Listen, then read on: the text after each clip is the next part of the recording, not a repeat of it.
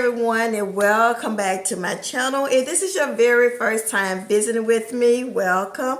If you are a return visitor, welcome back as well. You guys know I'm so happy to have you a part of this growing community and tribe. So family, today I want to talk about something just a little bit on the serious side. I think it's really important for us to have these type of discussion and these type of talks. We're living in a world today where so many people are dealing with mental health issues. I'm not a mental health expert, or I'm not a psychologist or any of that type of thing. So the things that I'm going to say in this video is my personal opinion and my personal experience on my life journey and on my spiritual journey, right? So with that being said, please like, comment, share, and subscribe. It's absolutely free to join the community, to join the family, subscribe to the channel. It's absolutely free as well. In this community, our intentions and our foundation is built on support, sisterhood, empowerment, uplifting, and motivating each other in whatever space or whatever journey that we're on, to really set in place a safe haven for women and like-minded people can come to share, to develop, to just have people that they can connect with for support or encouragement, anything along those lines. So the reason I want to talk about this topic again is I think mental health is a really serious issue that's really I don't want to use the word plaguing a lot of people, but a lot of people are dealing with a lot of mental health issues. I came across a post that someone was sharing on their video, just how discouraged that they were, that, life, was not fair, and they was just going through a lot, and they felt like that they were the only one that was, going through this. She felt like that she didn't have the support, she didn't have the love or the encouragement, and she felt tight and she felt isolated, and she felt that no one understood her, and that she was just, out here herself. And again, let's say it like this, because I got to be very transparent and very real, and I don't want to put on a pretense or come across my channel like I got it all together, or trying to be perfect, trying to portray or be something or somebody that I'm not. So I'm going to make mistakes, and I'm going to fumble over my words or whatever, but the intentions up here, my love and my support and my concern is pure, is honest, and it's who I am. And I get where this young person was coming from. I've been in a place on my journey, like I said, where I felt like that as well. I've had a lot of experience, on my life journey and my spiritual journey, especially family coming from a place of traumatic experience as a child. You go through a lot and you experience a lot with self-identity issue, self-esteem issue. You really don't know what's real, what's not real. You don't know who really loves you, who really supports you, who really cares about you. All of those things get kind of lost in the sauce when you come from that type of trauma. So I feel where this young lady was coming from. And that's why I feel like it's a conversation that we need to have, dealing, with mental health issue, or people just going through life. And it's so much that's going on, and people are just discouraged. They are vulnerable. They are feeling like, no one cares, no one understands. I don't have a safe haven. I don't have people that I can trust, that I can go to and maybe vent or get some words of encouragement, or just to have a person shoulders that they can cry on.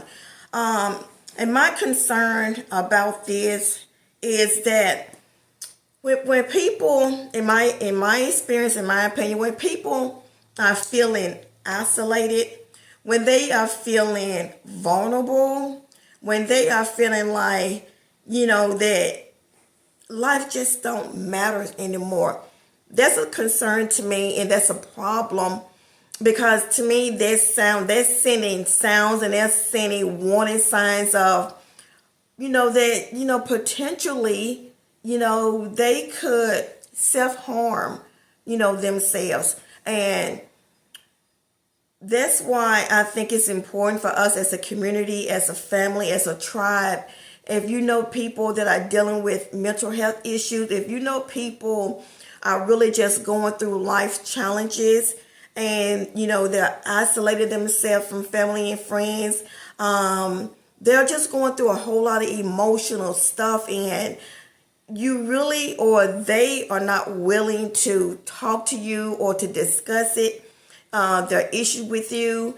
And sometimes it's okay to give people their space. Sometimes people just need space.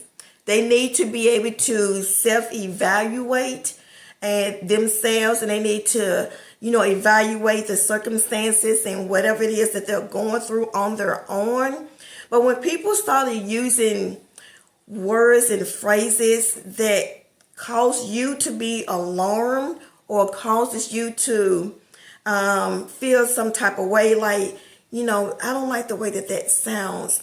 I don't like the way that she said that.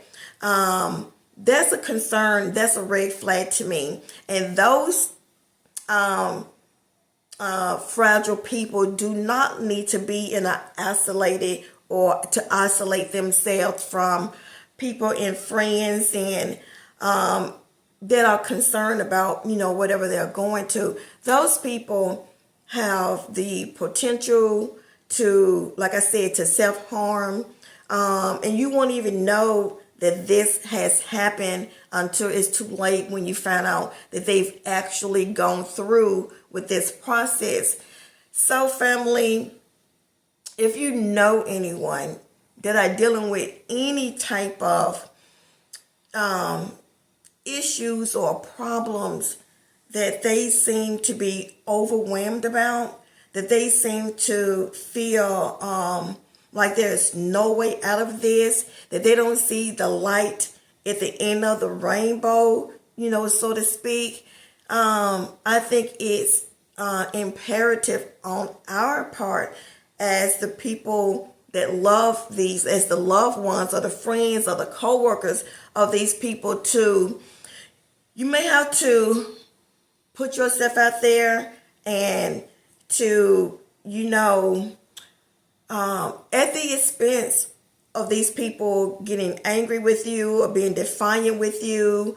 But if you feel that there's a need for you to intervene and to be really concerned that he or she is demonstrating harmful behavior, or they're speaking harmful behavior, then you have to step in and do what you have to do to make sure that that person is getting the attention, they're getting the love, they're getting, whatever they need, to get them through this dark place that they're in. And what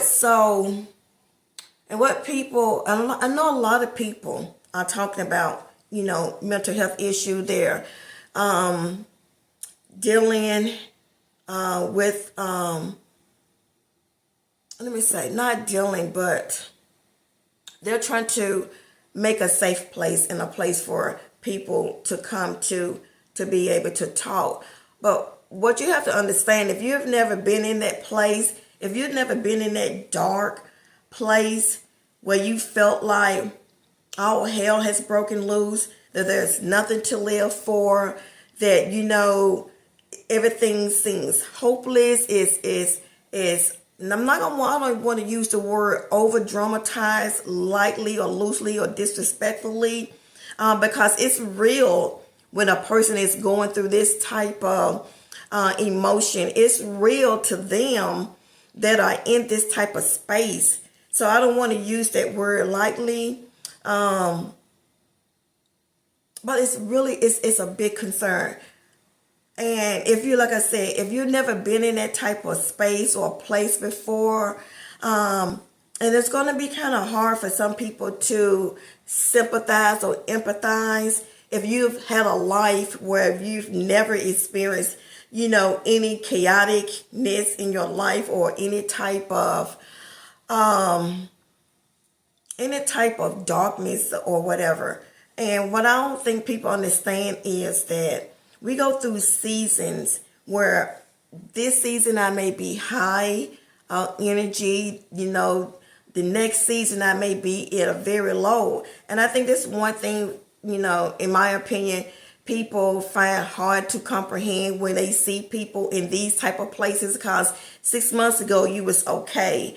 2 months ago you was okay, you was happy. But what they fail to understand is there are seasons. People go through seasons of, ups and downs.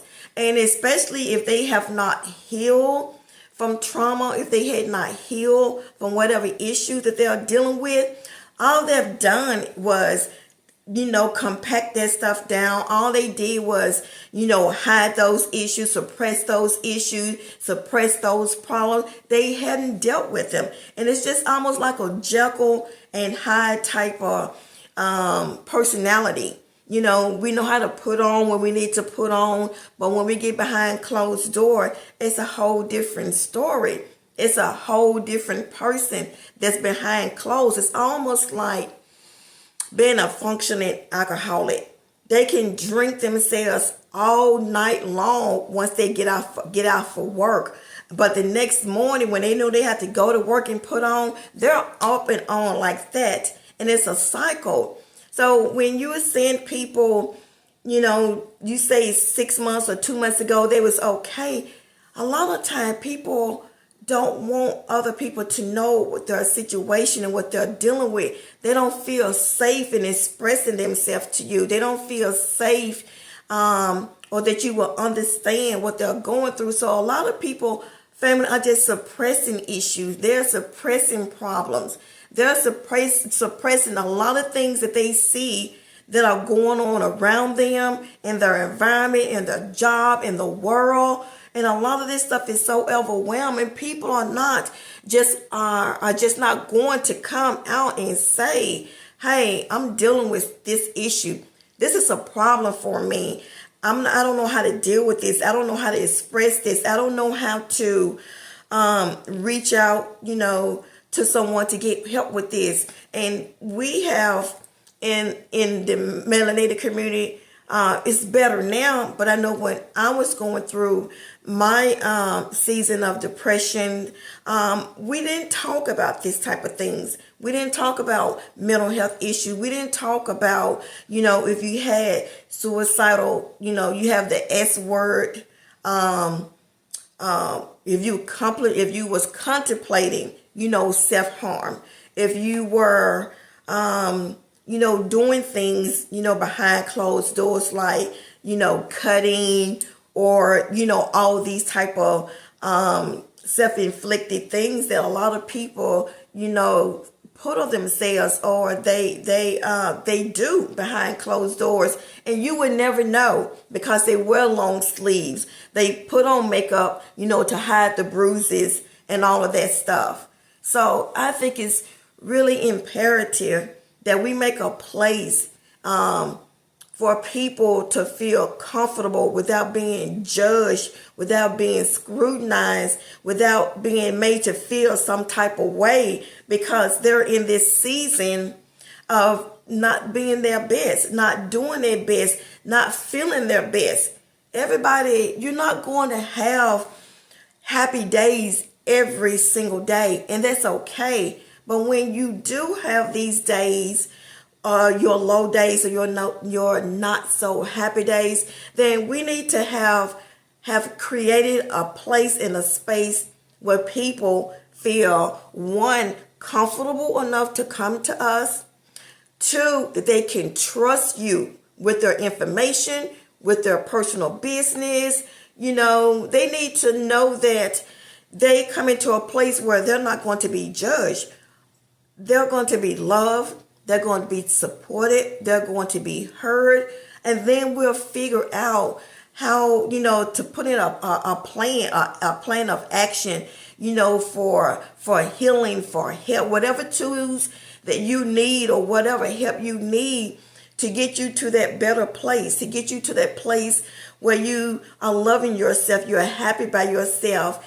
And sometimes people just need a plan or an outline of things that they can do when they find themselves in this type of place. Sometimes they can do it alone, and you will be surprised of how many people don't have tools and techniques, or they don't have reference or know that there are outlets and there are places and facilities and out there, that can give them this type of help and support.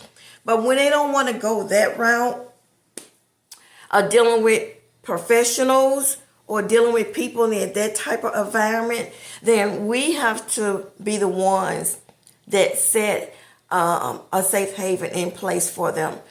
You don't want to wake up one morning and learn that the person that you love has self-harmed themselves because we didn't take the initiative, or we didn't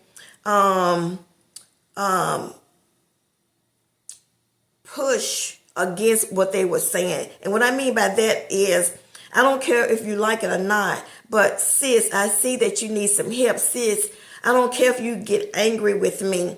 Sis, I'm not here to judge you, but I'm so concerned about the things that you are saying and that you're displaying. All I want to do is to be here to help you, to support you, to love you through this. And they may fight against it.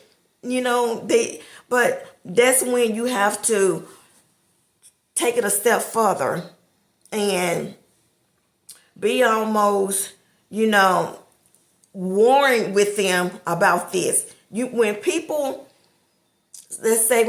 are going through, say they're dealing with substance abuse or whatever type of, maybe AA,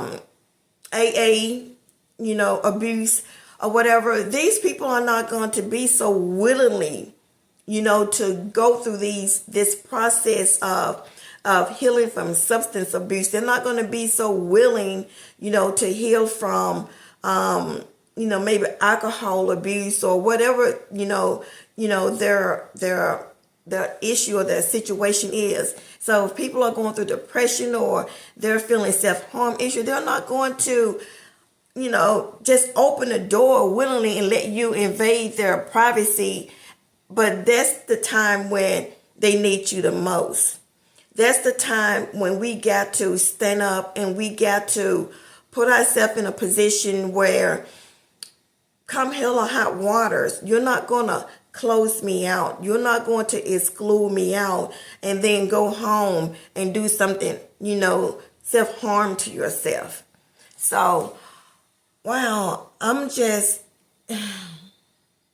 my heart really goes out to any person that are dealing with issue of feeling not loved, of feeling not understood, feeling. So family, this concludes part 1 of the 3-part series, A Cry for Help, dealing with mental health crises.